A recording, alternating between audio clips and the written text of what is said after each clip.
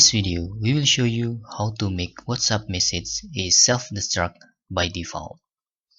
As we know, WhatsApp offering new features called timer. You can access the features via this menu, then choose settings, then you can select a tone, choose privacy, and in here you can select default message timer. This is by default is off.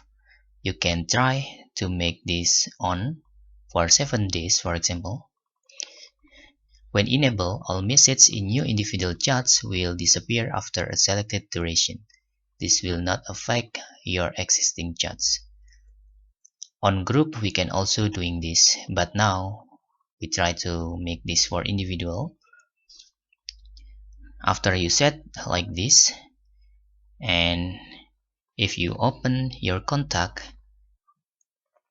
and test like this, you will see there is describe for 7 days our message is deleted by WhatsApp. That's all tutorial how to make WhatsApp message is self-destruct by default. Hope this video helpful for you.